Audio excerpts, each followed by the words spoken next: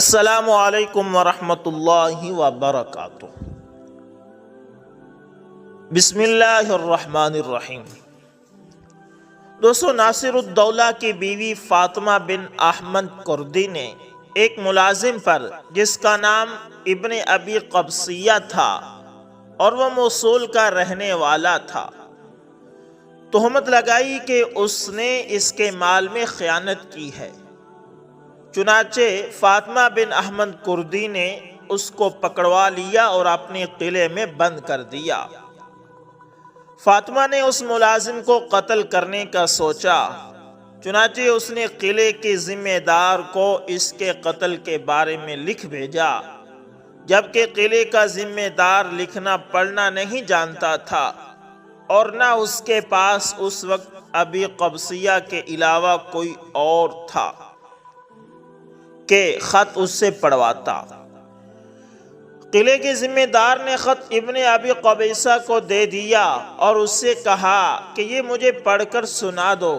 سو جب ابن قبیصہ نے خط میں اپنے قتل ہونے کا حکم دیکھا تو سوائے قتل کی بات کے باقی پورا خط سنا دیا اور خط اسے واپس دے دیا۔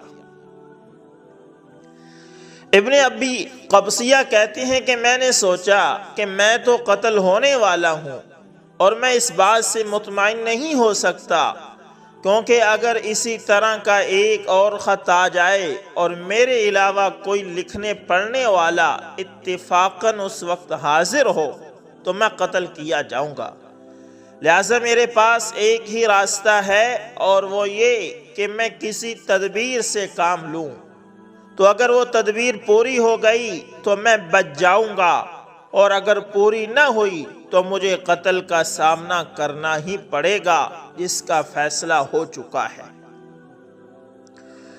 چنانچہ وہ کہتے ہیں کہ میں نے قلعے کا جائزہ لیا تو اس میں ایک جگہ ایسی تھی جہاں سے میں نیچے کی طرف چھلانگ لگا سکتا تھا، لیکن اس کے زمین کے درمیان 3000 گز کا فاصلہ تھا اور وہاں ایک چٹان بھی تھی جس پر پڑنے والا شاید ہی کوئی بچے۔ چنانچہ میری جرت نہ ہوئی، پھر میری سوچ حرکت میں آئی اور میں نے غور کیا کہ کئی راتوں سے برف باری ہو رہی ہے۔ برف نے اس چٹان کو ڈھانک لیا ہوگا اور اس پر بہت ساری برف پڑی ہوگی۔ ہو سکتا ہے کہ اگر میں اس پر گروں تو میرے ہاتھ پاؤں ٹوٹ جائیں گے، لیکن میں مرنے سے تو بچ جاؤں گا۔ ابن ابی قبسیہ کہتے ہیں کہ جب لوگ سو چکے تو میں اٹھا اور اس جگہ سے چھلانگ لگائی۔ میں نیچے کی طرف جانے لگا تو بہت پچھتایا اور اللہ تعالی سے استغفار کرنے لگا۔ میں نے اپنی آنکھ بند کر دی تاکہ میں یہ نہ دیکھ سکوں کہ میں کیسے مرتا ہوں، اور میں نے اپنا سر پاؤں کے ساتھ اچھی طرح ملا لیا، کیونکہ میں نے پہلے سنا تھا کہ جس کو یہ اتفاق ہو کہ وہ کسی بلند جگہ سے کھڑا گر جائے تو اگر وہ پاؤں ملا لے، پھر جب اس کے اور زمین کے درمیان 1 گز یا اس سے تھوڑا زیادہ فاصلہ رہ جائے، اپنے پاؤں کو چھوڑ دے تو وہ بچ جاتا ہے۔ اس کے گرنے کی تیزی کم ہو جاتی ہے اور اس آدمی کی طرح ہو جاتا ہے جو گز کے فاصلے سے گرا ہو۔ وہ کہتے ہیں کہ چنانچہ میں نے ایسا ہی کیا۔ جب میں زمین پر جا گرا تو میرے ہوش و حواس گم ہو گئے اور میرا دماغ بھی بند ہو گیا۔ جب میں ہوش میں آیا تو مجھے اتنی اونچی جگہ سے گرنے کے سبب جو درد ہونا چاہیے تھا وہ تو مجھے محسوس ہی نہ ہوا۔ میں نے اپنے اعضاء کو چھونے لگا اور اپنے ہاتھ پاؤں ہلائے تو میں نے ان سب کو صحیح سلامت پایا اور میں سیدھا کھڑا ہو گیا، تو میں نے اس حال پر اللہ تعالیٰ کا شکر ادا کیا۔ میں نے ایک بڑا پتھر اٹھایا تاکہ اپنے پاؤں میں لگی ہوئی زنجیر کو توڑ دوں، اور میرے پاؤں میں جو زنجیر تھی وہ سردی کی شدت کی وجہ سے کانچ کی مانند ہو گئی تھی، تو میں نے وہ پتھر اس پر زور سے مارا تو وہ ٹوٹ گئی، اور پہاڑ میں سے ایک زوردار آواز آئی تو مجھے یہ ڈر ہوا کہ کہیں قلعے کے لوگ اسے سن نہ لیں اور اس کی آواز کی وجہ سے جاگ نہ اٹھیں، تو اللہ تعالیٰ نے اس سے بھی مجھے بچا لیا اور میں کھڑا ہو کر برف پر چلنے لگا۔ کافی دیر چلتا رہا، پھر مجھے یہ اندیشہ ہوا کہ کہیں ایسا نہ ہو کہ کل راستے میں وہ لوگ میرے پیر کے نشانات دیکھ لیں اور میرا پیچھا کریں اور پھر میں ان سے چھوٹ نہ سکوں۔ چنانچہ میں نے ایک نہر کی طرف رخ موڑ لیا جس کا نام خابور تھا۔ جب میں اس کے کنارے پر پہنچا تو میں اپنے گھٹنوں تک پانی میں ڈوب گیا اور میں اس طرح ایک فرسخ تک چلتا رہا۔ میں مسلسل نہر میں چلتا رہا یہاں تک کہ مجھے یہ خوف لاحق ہوا کہ کہیں میرے پاؤں سردی کی وجہ سے شل نہ ہو جائیں، تو میں نہر سے نکل کر کنارے پر چلنے لگا۔ کنارے پر تھوڑی دیر چلنے کے بعد دوبارہ نہر میں چلنا شروع کیا کہ کچھ ایسی جگہ کا بھی سامنا ہو جس میں نہ چل سکا، کیونکہ اس کی مٹی سیلاب بہا کر لے گیا تھا، تو ایسی جگہ میں تیر لیتا۔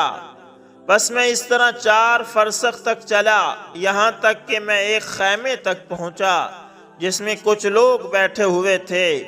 انہوں نے مجھے نہ پہچانا اور مجھ پر حملہ کرنا چاہا۔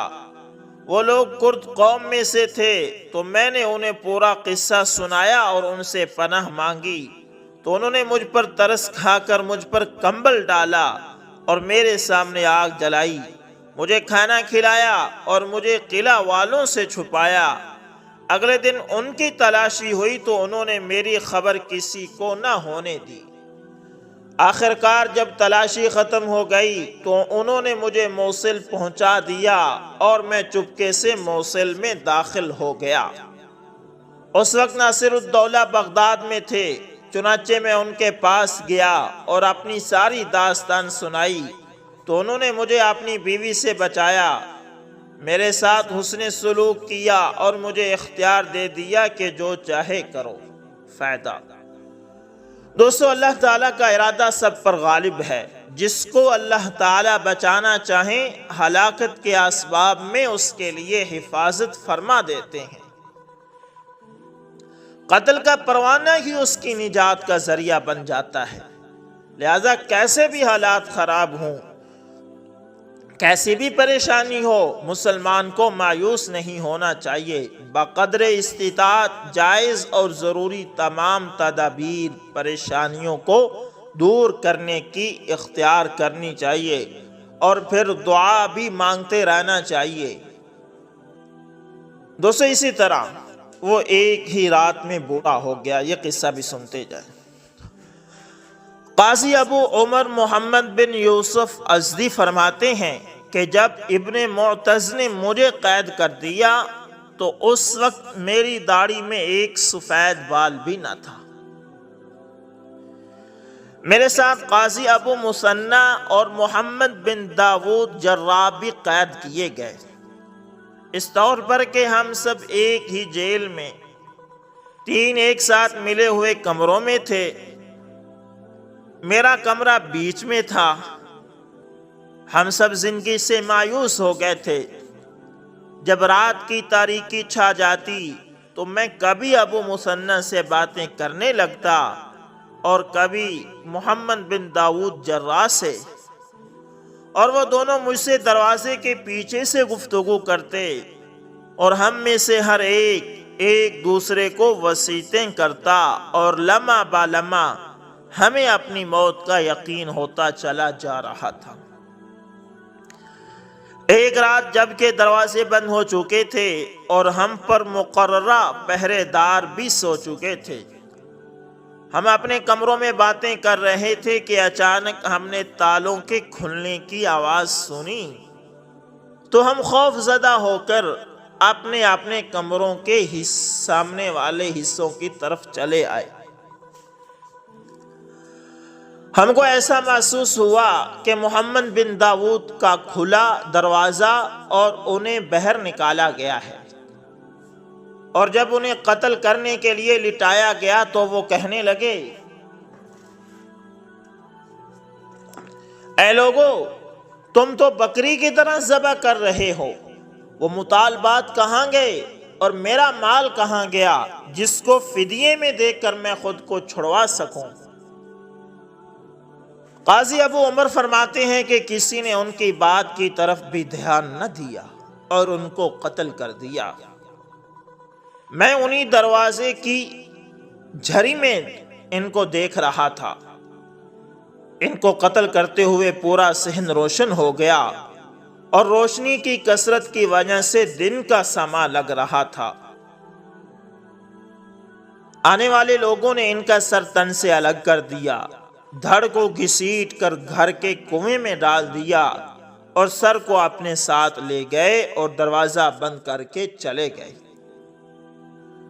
قاضی ابو عمر فرماتے ہیں کہ مجھے بھی اپنے قتل ہونے کا یقین ہو گیا تو میں نماز اور دعا اور آہو بکا میں مشغول ہو گیا۔